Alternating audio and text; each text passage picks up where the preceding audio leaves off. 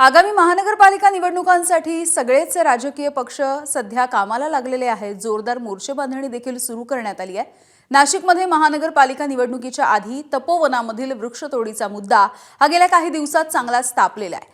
दरम्यान नाशिककरांना महानगरपालिका निवडणुकीमध्ये येणाऱ्या लोकप्रतिनिधींकडून नेमक्या काय अपेक्षा आहेत जाणून घेऊया।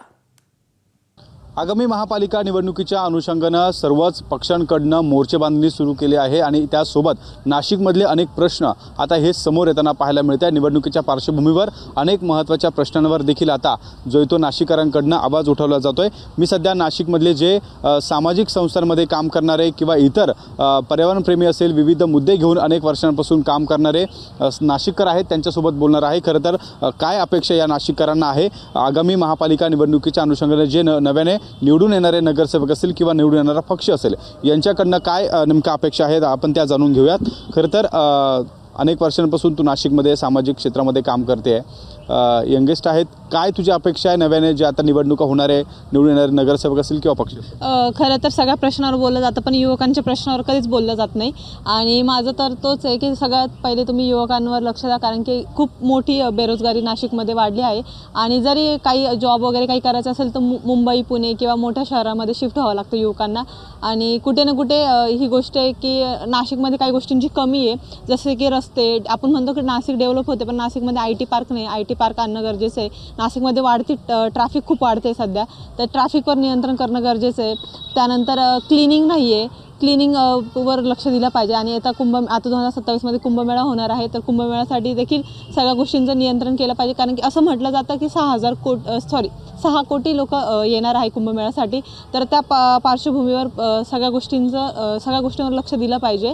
सर्वात महत्त्वाचा मुद्दा आहे तो कुंभमेळा निमित्त इथं जे साधुग्राम उभारण्यात येत आहे आणि त्याच्यात नाशिक मनपाने आणि कुंभमेळा मंत्री गिरीश महाजन यांनी जो इथं हजारो झाडं तोडण्याचा घाट घातलेला आहे, तर त्या संदर्भात सर्व नाशिककरांनी आणि प्रत्येक कुठल्याही प्रकारचं राजकारण न करता प्रत्येक राजकीय पक्षांनी सुद्धा स्वतः इथं भूमिका वठवली पाहिजे आणि या गोष्टीचा विरोध केला पाहिजे। परंतु मला असं दिसतंय की इथं लोक पुन्हा होणारी जी काही महानगरपालिका निवडणूक आहे ती डोळ्यासमोर ठेवून आणि एक विरोध नको व्हायला किंवा आपल्याला अडचणी नको यायला म्हणून इथे येत नाहीत।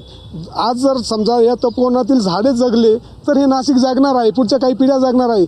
परंतु केवळ स्वार्थासाठी राजकारणी लोक आज कुंभमेळ्याच्या दृष्टीने जे झाडतोड होत आहे इकडे येत नाहीत। ही फार आपल्या अपेक्षा नेमक्या अपेक्षा काय असणार आहे? कारण निवडणुका होणार आहे, नव्याने आपल्याला त्या ठिकाणी लोकप्रतिनिधी मिळणार। नव्यानं जे प्रतिनिधी येतील त्यांनी नाशिकच्या पर्यावरणाकडे लक्ष केंद्रित केलं पाहिजे पहिलं महत्त्वाचं, कारण पर्यावरण जगलं तरच नाशिककर जागणार आहेत।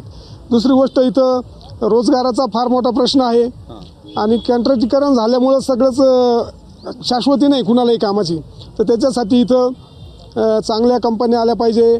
प्रत्येक वेळेला एक उद्घाटन होतो IT पार्कचा, फक्त नारळ फोडतात, मोठमोठे मंत्री येतात, एक मोठा इव्हेंट केला जातो, पण कुठेही तो प्रत्यक्षात आम्हाला तो IT पार्क आजपर्यंत दिसलेला नाही आहे। त्यामुळे युवकांकडे रोजगार नाही आहे, त्याच्यामुळं लोक ड्रग्स, लहान मुलं, तुम्हाला कॉलेजचे मुलं, शाळेचे मुलं हे ड्रग्सच्या आहारी जात आहे। आज नाशिकमध्ये किती मोठा, म्हणजे आज जर तुम्ही म्हणताय पोलीस प्रशासन चांगलं काम करतं आहे, नाशिक जिल्हा कायद्याचा बालेकिल्ला, हे खूप चांगलं स्तुत्य कार्यक्रम हे पोलीस प्रशासनाकडनं होतोय।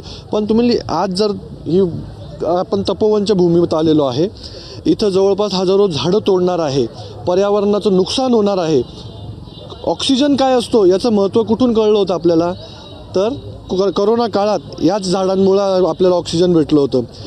युवकांचा प्रश्न आहे, तुम्ही प्रगती केली पाहिजे, पण झाडांना तोडून आपण इथं एक्झिबिशन सेंटर उभारणार आहोत, तर ते नाही केलं पाहिजे असं आम्हाला वाटतं।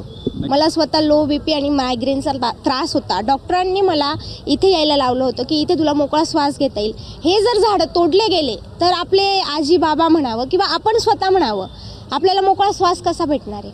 तर माझं एवढंच म्हणणं आहे, ही वृक्षतोडी केली नाही पाहिजे, एवढीच माझं म्हणणं आहे। या झाडांची कत्तल होऊ नये हे एकमत या संपूर्ण सामाजिक संघटनांच्या माध्यमातून या ठिकाणी समोर येताना पाहायला मिळते आणि जे निवडणुका होणार आहे त्या निवडणुकीच्या अनुषंगाने आपण जर पाहिलं तर हे संपूर्ण नाशिकमधले नाशिककर असेल, सामाजिक संस्थांचे प्रतिनिधी असेल, त्यांनी आगामी निवडून येणाऱ्या निवडणुकीमधले जे लोकप्रतिनिधी आहेत त्यांनी मूळ जो नाशिकचा प्रश्न आहे तो डोळ्यासमोर ठेवून त्या ठिकाणी या निवडणुकींना सामोरं गेलं पाहिजे अशी त्यांनी या ठिकाणी आपल्याशी बोलताना प्रतिक्रिया दिली आहे. कॅमेरामन मयूर बारगेसह शुभम बोडके, ABP माझा, नाशिक. ABP माझा, उघडा डोळे बघा नीट.